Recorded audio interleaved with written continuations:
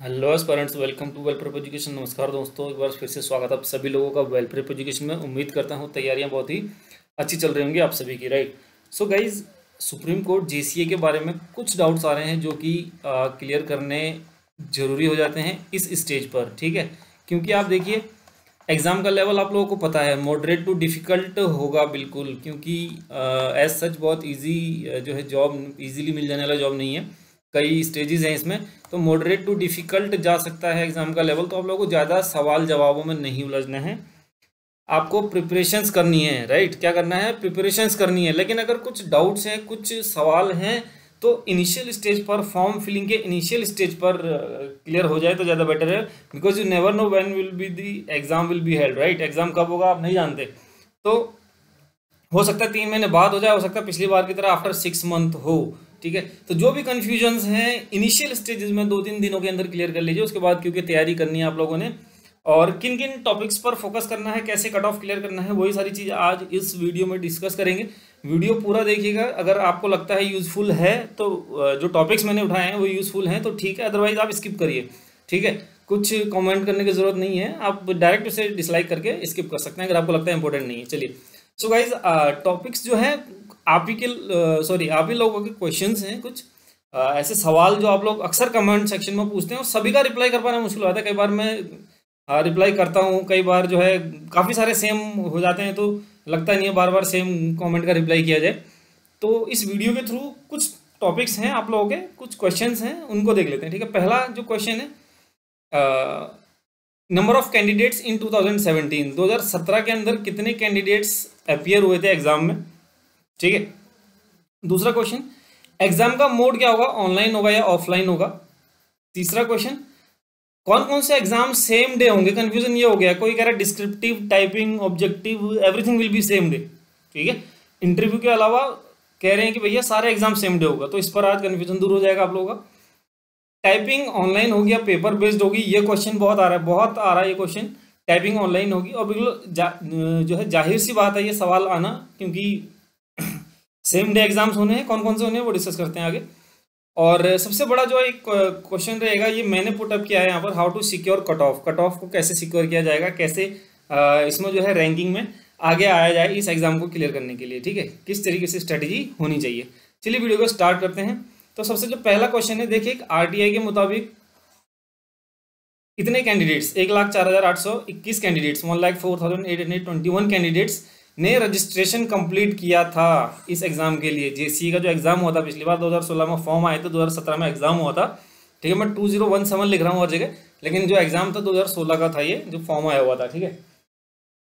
तो 1 lakh approx 1 lakh candidates जो है रजिस्टर हुए थे। अब इनमें से अपीयर कितने हुए थे इसका डेटा नहीं है, होपफुली नहीं भी होंगे तो 80-85 हज़ार तो एग्जाम में बैठे ही होंगे। 57 वैकेंसी थी वहाँ पर, क्लियर। और उस टाइम पर जो है हो सकता है बहुत ज़्यादा लोग अपीयर नहीं हुए होंगे, कम पोस्ट एज वजह से। तो तब भी 1 लाख लोगों का कंप्लीटली रजिस्ट्रेशन करना बहुत बड़ी बात है 57 वैकेंसीज में। तो कंपटीशन आप लोग समझ सकते हैं। अगर उस रेशियो को आप लोग देखते हैं तो फिर भी आप मान के चलिए 3 से 4 लाख लोग इस एग्ज़ाम में बिल्कुल जो है रजिस्ट्रेशन अपना कंप्लीट करेंगे, ठीक है। तो उस हिसाब से आप लोग को तैयारी करनी है, आप कहाँ कंप्लीट कर रहे हैं वो देखकर आप लोग को तैयारी करनी है, क्लियर। और ये आरटीआई का डेटा कहाँ से आया इस पर क्वेश्चन मत करिए, क्योंकि क्वेश्चंस जो है बहुत ज़्यादा हो जा रहे हैं, ये फैक्ट है। इसको आप जो है दिमाग में बैठा लीजिए और इस हिसाब से अपनी तैयारी आप लोगों को करनी है, ठीक है। पिछली बार कितने बैठे थे, इस बार कितने बैठेंगे, इससे मतलब नहीं है, मतलब आप लोगों की अपनी प्रिपरेशन से, क्लियर। सेकंड क्वेश्चन है, एग्जाम मोड कैसा होगा, ऑनलाइन होगा या ऑफलाइन होगा, ठीक है। तो देखिए, नोटिफिकेशन के अंदर कहीं भी जिक्र नहीं है ऑनलाइन एग्जाम का। अगर ऑनलाइन होता तो क्लियरली लिख दिया गया होता कि कंप्यूटर बेस्ड टेस्ट सीबीटी लिख दिया गया होता, या ऑनलाइन एग्जाम लिख दिया गया होता, ठीक है। तो बिल्कुल पेपर बेस्ड एग्जाम होगा, pen paper based, OMR sheet based exam होने वाला है। उसके लिए आप लोग प्रिपेयर रहें, ठीक है। तो ये मत सोच कर चलिए कि 2 घंटा है तो बहुत ज़्यादा है, क्योंकि पेपर भी मॉडरेट रहेगा, कहीं ना कहीं डिफिकल्ट भी हो सकता है, बिकॉज सुप्रीम कोर्ट का एग्जाम देने जा रहे हैं आप लोग, ठीक है। तो ये डाउट क्लियर हो गया होगा, क्योंकि कहीं भी नोटिफिकेशन में जिक्र नहीं है ऑनलाइन एग्जाम का, सीबीटी का। तो यही फैक्ट है, ओएमआर बेस्ड होगा पेपर, क्लियर। चलिए आगे बढ़ते हैं। कौन कौन से एग्जाम्स सेम डे होंगे, ये डाउट जो है बहुत बड़ा है। कोई कह रहा है डिस्क्रिप्टिव और टाइपिंग सेम डे होगा, कोई कह रहा है डिस्क्रिप्टिव टाइपिंग और ऑब्जेक्टिव सब सेम डे होगा। ऐसा नहीं है, बिकॉज आप नोटिफिकेशन को कंसिडर करेंगे, किसी की बातों को नहीं। मैं भी आप लोगों को कुछ बता रहा हूँ तो आप मेरी बात को नहीं मानेंगे, आप बिल्कुल नोटिफिकेशन देखेंगे, ठीक है। नोटिफिकेशन क्या कह रहा है, तो नोटिफिकेशन के अंदर जो पॉइंट है क्लियरली कह रहा है कि जो आप खुद पढ़े लिखे हैं, आप लोग समझ सकते हैं, आप इस एग्जाम में अपियर होने जा रहे हैं, आप नोटिफिकेशन पर भरोसा करिए, मेरी बातों पर, किसी और की बातों पर भरोसा मत करिए, ठीक है। टाइपिंग टेस्ट जो कि इंग्लिश में होगा on computer will be conducted on the same date and place of the objective type written test.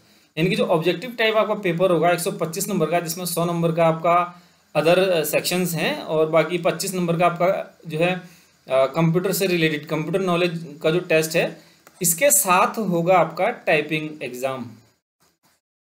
Clear. अब ये कैसे कराना है, ये सुप्रीम कोर्ट है भैया, वो अच्छी तरह जानता है। कि अब कई लोग डाउट कर रहे हैं कि यार अभी कैसे पॉसिबल हो सकता है, टाइपिंग सेम डे कैसे हो जाएगी। अरे भैया उसका मन है वो कैसे कराए, ठीक है।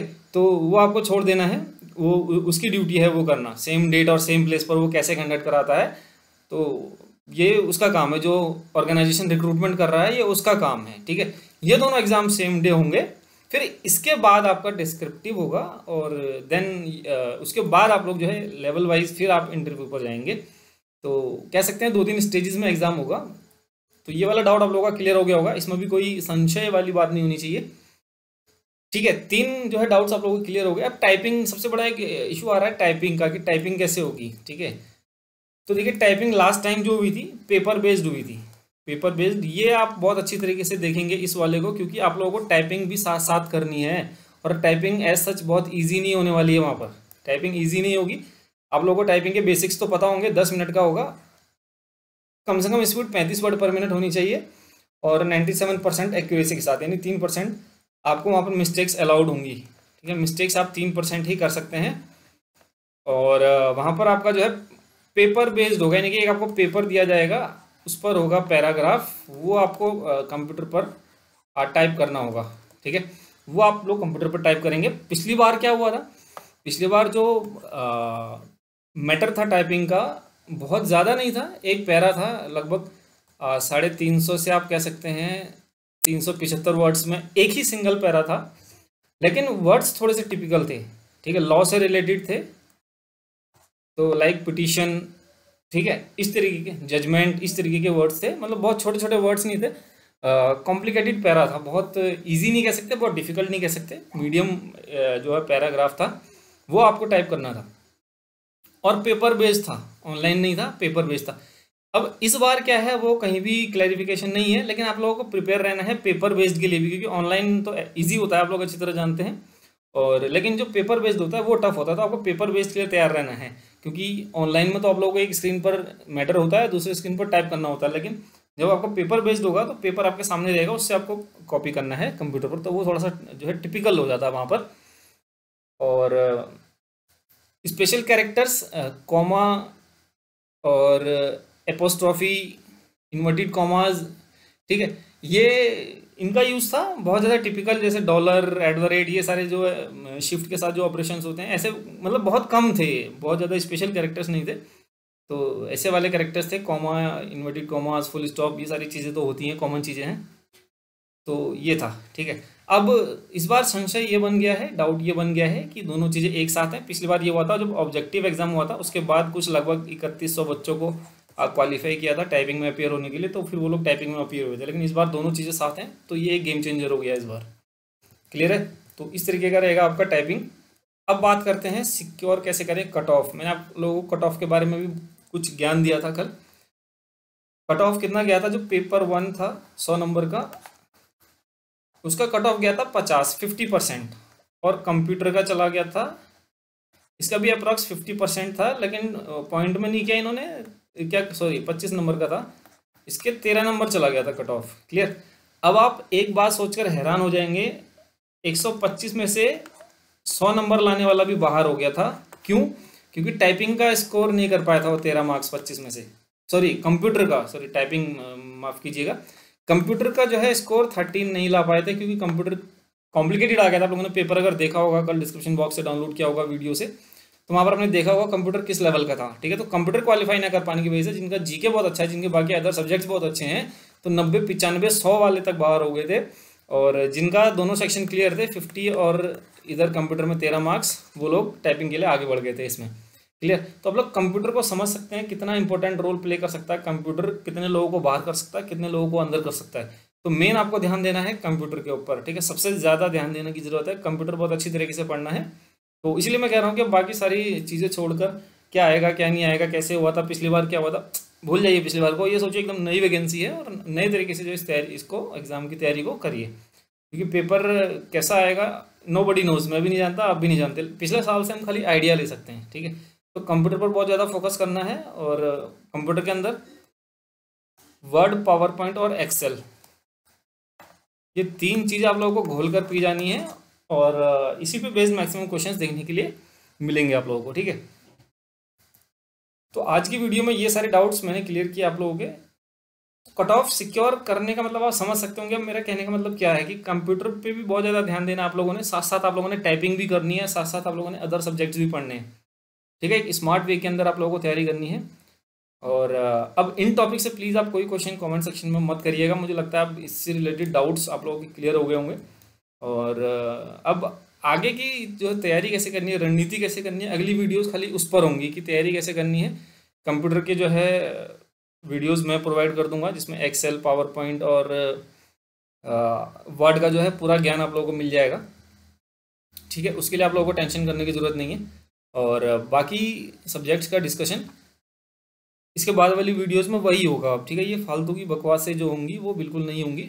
और इस एग्जाम से रिलेटेड इन क्वेश्चंस के अलावा, इन क्वेरीज के अलावा अगर कोई डाउट होगा प्लीज़ कमेंट करके आप लोग पूछ सकते हैं। So all the best guys, bye bye, take care.